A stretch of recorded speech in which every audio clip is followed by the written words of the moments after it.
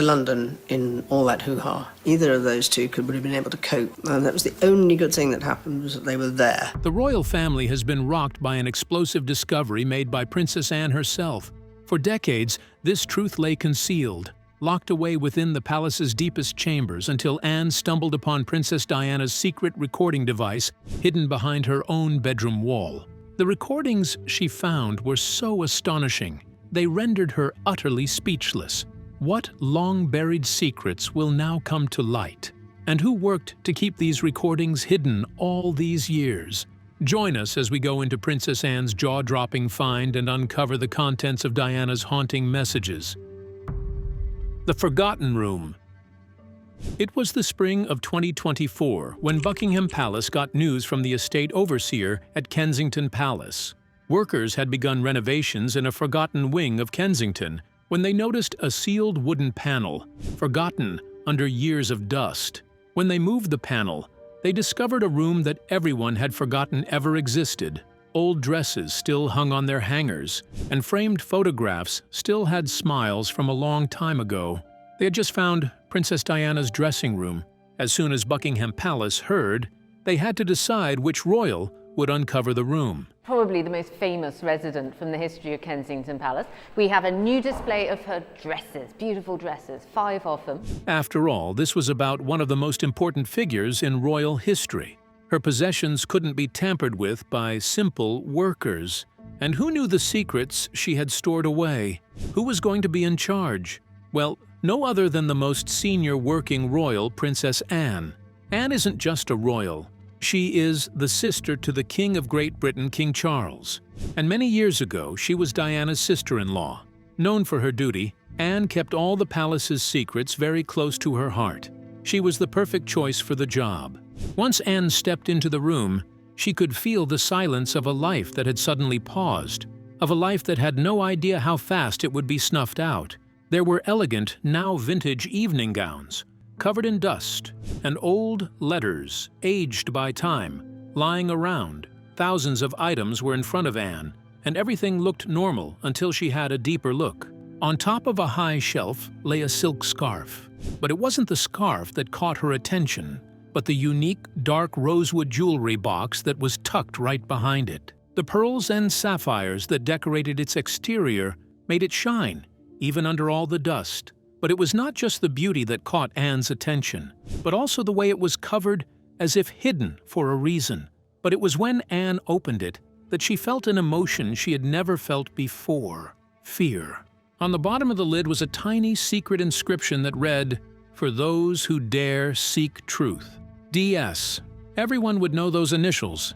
Diana Spencer. She had left something behind, waiting for the bravest person to find it.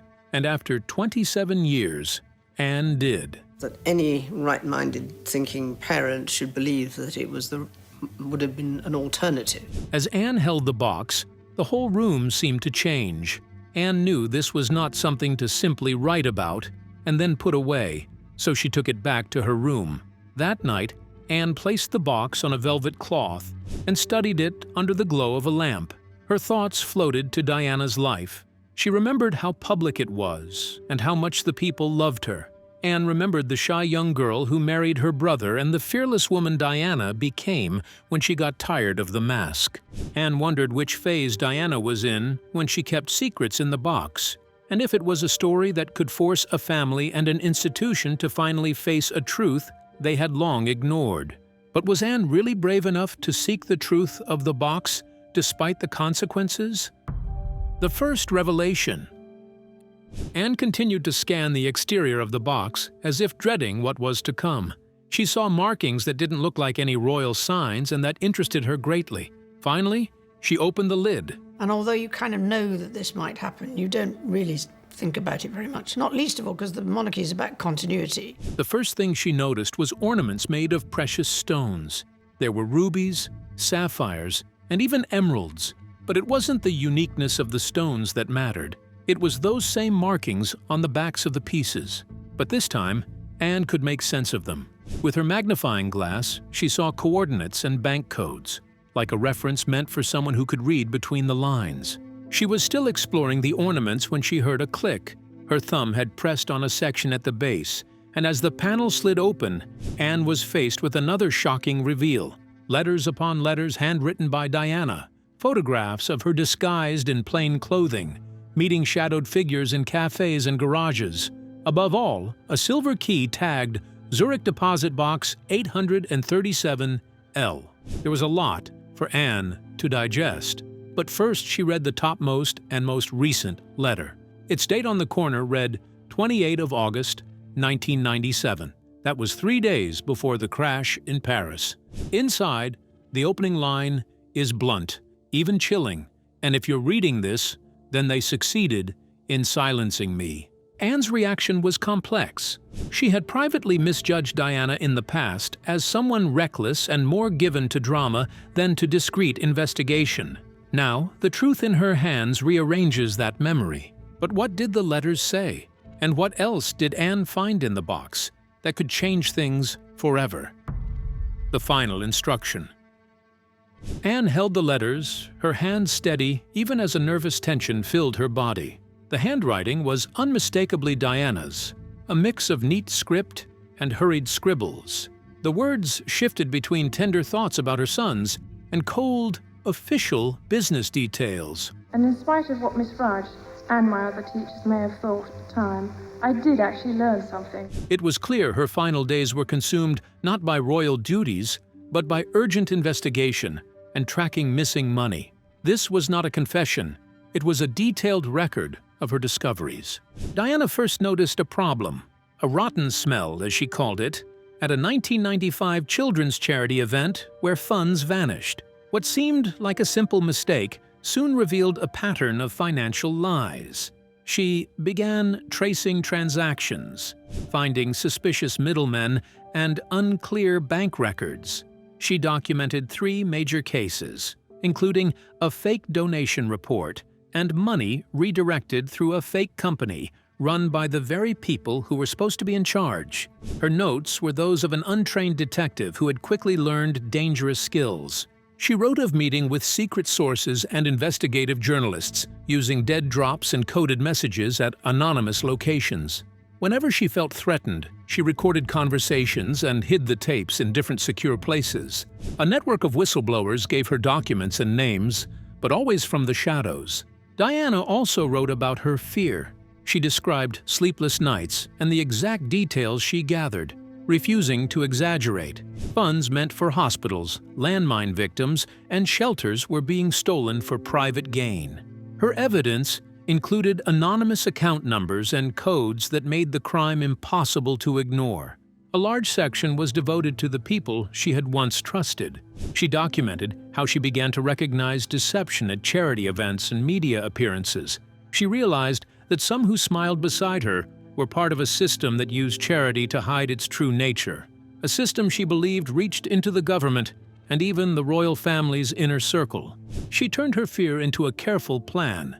Diana wrote of security worries, an unexplained brake failure on her car, and the constant feeling of being watched. She left instructions for her sons to find the tapes if she died, insisting the evidence must survive to hold the guilty accountable. When writing about William and Harry, her tone became fierce and urgent. She feared a future where the truth was buried, leaving them a corrupted inheritance. This was not dramatic. A mother planned to speak for her if she could not. She called it her insurance policy. The key to the Swiss bank box was part of that plan, holding documents, recordings, and photos that would reveal everything. She had prepared it all meticulously, the way a mother carefully packs a child's school bag. The letters revealed a woman who had changed completely in her last months. She had gone from a public figure to a shadow investigator, learning how to collect evidence and protect it. This was a Diana few had known, strategic, determined, and fighting to protect her children and their causes. For Anne, the letter was a shocking revelation. It forced her to combine her old opinions with this new evidence. The woman she had once seen as impulsive was, in fact, both careful and brave. The way Diana wrote about her sons showed a mother using every instinct to protect them. The final instruction was highlighted. If you find this, Anne, then know I have left behind an insurance policy. Everything is hidden in a Swiss bank vault. The room fell silent. Diana's worst fears had proven true, and she had trusted Anne, of all people, to receive the truth. That trust changed everything. It shifted Anne from a passive guardian of the past to an active protector of the future. The letter was not just information, it was a command. The responsibility was now entirely Anne's. But would Diana's insurance policy be enough to expose the lies? And was Anne ready to accept the dangerous responsibility Diana had left for her? The insurance policy. The private jet landed in Zurich under a thick blanket of fog. During the quiet ride, Anne kept the small silver key from the jewelry box in her coat pocket, right over her heart. The key's tag showed the address for the Zurich deposit box, 837L. This simple key was her ticket to a hidden vault holding all of Diana's evidence. The Swiss bank was a place of total secrecy. Its marble floors and silent halls seemed designed to keep secrets safe. The bank ran with perfect, quiet precision. An attendant took Anne's key and identification. The system was built to protect privacy above all else, and it asked no questions about who she was. She was led through a series of secure doors, each one making her feel both more protected and more trapped. The safety deposit box looked plain and ordinary. Inside, the documents were neatly organized and separated into different sections. There were color-coded ledgers, bank transfer records, receipts, and photographs, all carefully labeled in Diana's own handwriting. Anne reviewed everything with her trained professional eye. The financial records in the box matched the information from the letters. Transfer dates aligned with charity events, and the names on the documents matched those Diana had faintly circled in her notes. The most chilling part of the collection was a set of media discs and tapes stored in a protective case. The discs were labeled with messages like, "If I disappear," "For William and Harry," and other brief warnings. Anne placed the first disc into the bank's secure player. The screen lit up, showing Diana's tired but calm face. She spoke with a steady voice full of urgency. She looked straight into the camera and explained that she had been silenced. The video did more than tell a story. It showed proof. Diana named specific names, not fully revealing their public identities, but making her meaning clear. She explained how glamorous charity events were used to secretly move money between offshore accounts belonging to powerful business people and members of the royal family.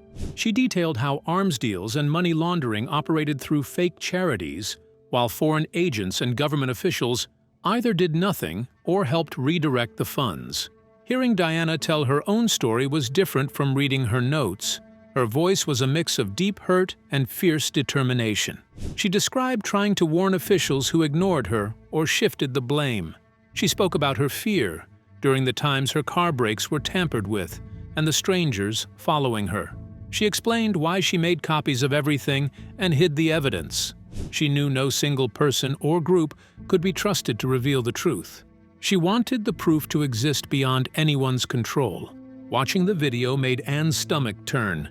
The evidence was enough to build a legal case, not just share suspicions. The files in the box showed incredible detail. There were financial records showing stolen charity money, business documents from fake companies, and official papers linking specific people to illegal transactions. Photographs showed people meeting in casual clothes, with timestamps that matched their travel records. One folder, labeled Operation Marionette, contained emails along with one threatening message: containment must happen before the Paris trip. The situation has become too dangerous. Anne's breath caught in her throat. The language was cold and final. Then, a bank clerk quietly approached Anne in the viewing room. In a hushed voice, the clerk informed her that she was not the first person to ask about this box. Someone else, claiming to be family, had inquired about it just weeks before. This confirmation struck Anne like a physical blow. Her worst fear was true. The other side knew about Diana's insurance policy. Anne left Zurich with the documents, obtained through strict legal procedures. She now carried not just physical evidence, but also the heavy responsibility to reveal what they contained. The Swiss box proved Diana had real reasons to be afraid. She had made sure her story would survive, even if she did not. The evidence formed a clear chain of truth, linking documents to recordings and financial moves to names. It turned a conspiracy theory into a prosecutable crime. On the flight back, Anne stared out at the city lights below, the sealed folder resting in her hands. Diana's voice echoed in her mind, calm and firm. They must never succeed in their attempt to escape accountability. This was more than evidence. It was a call to action. This was no longer just personal. It was legal, it was moral, and it was urgent. The one who tried to silence Diana had underestimated how thoroughly she had prepared for this exact moment. Now, the choice was Anne's. Would she have the courage to bring this evidence into the light? Could she confront the powerful people named in these files? And what would happen when the world finally heard Diana's voice, not as a story, but as a warning, when a princess is attacked? Anne returned to London with evidence that could not be ignored. The documents and tapes from Switzerland were now stored in a secure vault, but she knew their safety was not guaranteed. The peace did not last long. The first warnings were small but deliberate. Her phone line crackled with strange disruptions. Her mail arrived already opened. Then her car, which was always kept in a secure garage and well-maintained, suddenly failed. A mechanic found a cut in the brake line. He called it an accident, but Anne knew it was not. She contacted a retired intelligence officer she trusted. He swept her home and devices for bugs. What he found was chilling. Her phone was infected with tracking malware. Listening devices were hidden under the baseboards. Even her garden fountain was transmitting abnormal signals. She was being watched. It was clear now. Those who protected Diana's legacy were in danger. Her evidence was no longer just personal. It had become something powerful enough that people would fight to destroy it. A package with no return address appeared on her doorstep. Inside was a single name: Timothy Radcliffe, Diana's former private secretary. After a discreet search, Anne found him, a quiet man, burdened by the past. He spoke of the official investigation into Diana's crash, how evidence was missing, and how doors were deliberately closed. The case had been declared solved, but private investigators found unanswered questions and silenced witnesses. But what Timothy shared was more dangerous than any unknown threat. He described a highly organized effort, vanished witnesses, missing documents, the dismissal of key evidence like the white Fiat Uno, and the mysterious deaths of those who asked too many questions. This was not bad luck. It was a cover-up. The day after their meeting, another envelope waited on Anne's doorstep. The message inside was brief: "Stop looking, or you will share Diana's fate." The words echoed the fear in Diana's own notes. The network was not just powerful, it was ruthless. But the threat did not paralyze Anne. It strengthened her resolve. She had seen the people in Diana's tapes. She knew that if this truth remained buried, it would endanger William, Harry, and even their children. She now faced a choice: protect the institution by staying silent, or protect lives by revealing the truth. She began quietly gathering allies, former MI5 agents, discreet legal experts, and security professionals who owed her favors. But as her circle grew, so did the threats. A delivery van tried to breach the security perimeter at William's home. It was stopped, but inside were altered car parts and building plans. Then came an attempted breach at Prince George's school, stopped by undercover agents. The danger was no longer just aimed at Anne. It was directed at the future of the royal family. Inside the palace, Anne found little support. Senior officials responded with cold politeness or warned her about destabilizing the established order. Some were clearly afraid. Others, she suspected, were involved. The network was not only physical, it was also in the minds of those who chose silence over truth. But Anne refused to back down.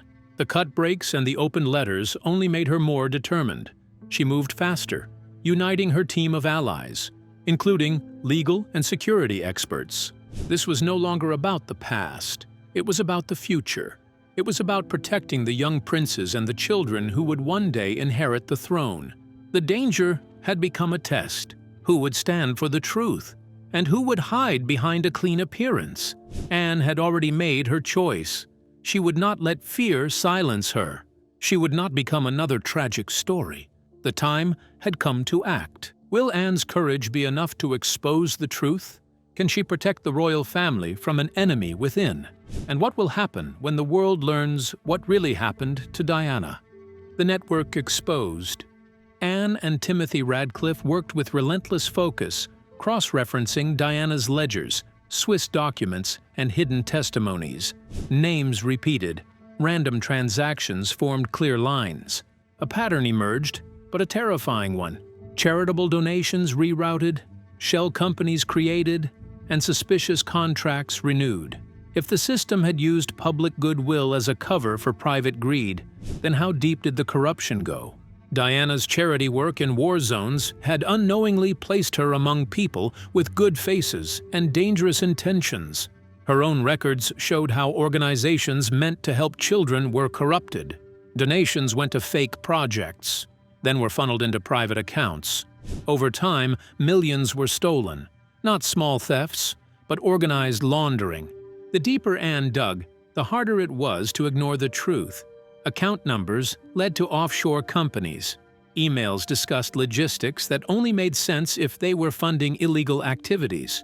One chillingly labeled file, Operation Marionette, included messages between a security firm and foreign operatives. And the final note read, "Ensure containment before Paris trip. Risk elevated." Was this the order that ended Diana's life? Even worse, some accounts and contacts led back to people within the palace. Not junior staff, but those with high-level access. Anne felt this betrayal deeply. The monarchy's duty was stewardship, but these files showed that trust was being abused. Could she ever look at her own family the same way again? Anne and her team confronted those involved. Their faces remained calm, their words carefully polite. But one high-ranking relative, who is known for a spotless public image, turned pale when Anne placed a folder on the table. The room fell silent. Some denied everything, while others made weak excuses. For many, the risk of exposure was too great. But would their fear of scandal be stronger than their desire for justice? And what happens when those at risk of exposure try to shut everything down? The looming threat. The danger became terrifyingly personal. Timothy Radcliffe called Anne with an urgent warning. Someone had tried to enter Prince George's school. The network wasn't just hiding past crimes. It was threatening the next generation. Anne moved quickly. Traditional security was compromised, so she turned only to those she trusted. A retired MI5 director was called in, and protection teams were dispatched. Routes were changed, and communications were encrypted. This was no longer about investigation. It was about survival. But were her efforts already too late? The stakes were now children's lives. When a delivery van tried to break into William's estate, loaded with blueprints and tampered car parts, the intent was clear: intimidation. Soon after, Catherine and the children were forced off the road in a staged accident. No one was hurt, but the message was unmistakable. Next time, we won't miss. If they would attack a car with children, what wouldn't they do? Angry but focused, Anne confronted two senior royals named in Diana's files. In a private room, she placed folders on the table and spoke coldly. Protect the heirs, or the truth becomes public. For some, the threat of exposure was enough. Others remained silent, trapped by years of complicity. MI5 increased surveillance. Legal teams prepared for the worst. Escape plans and safe houses were readied. Anne led it all, refusing to surrender the moral mission. This was not about power. It was about saving lives. She balanced transparency with protection. But would Princess Anne give in and keep the evidence hidden forever? The truth revealed. Princess Anne stood at a podium in a secure briefing room. Sealed folders and evidence boxes stood behind her. Her voice was low but firm. For years, she began, we were told a story that was not complete. One by one, she presented the facts. Swiss documents, Diana's letters, bank records, and tapes. In deafening silence, the nation listened. The revelation was clear and powerful. Names were not gossip, they were backed with evidence. Offshore accounts were tied to charity events. Emails and recordings proved a coordinated effort. The phrase, Operation Marionette, appeared on a screen. The grainy image from the Paris tunnel was shown publicly. But would this evidence be enough to bring down a network of powerful people? The answer is a loud yes. The fallout was immediate. Officials and executives resigned or were arrested. Offshore funds were frozen. Investigations reopened in multiple countries. The palace was forced to change, and so they introduced new oversight for charities. But above all, Diana was finally vindicated. The woman once called impulsive was now seen as courageous and strategic. In a final moment, Anne returned to the jewelry box. Inside, she found a cassette tape labeled "For William and Harry." She played it alone. Diana's calm and loving voice spoke to her sons. "You are not just symbols or heirs. You are hearts that can change this world. Don't carry fear. Carry courage." The tape did what documents could not. It touched the heart. When William and Harry heard the tape, they wept silently. Their mother's message reminded them how different their lives could have been if Diana had never died. What would she think of them now that they are not even on good terms? As for the public, Diana was no longer a victim of scandal. She was a hero, thanks to Anne's courage. Diana's legacy as a protector and truth-teller was finally restored and has become the foundation for change. What do you think about how Princess Anne handled the situation? Do you believe that the truth really sets everyone free? Share your thoughts with us in the comments section. Remember to like, share, and subscribe for more. Also, click the next video showing on your screen. You will enjoy it.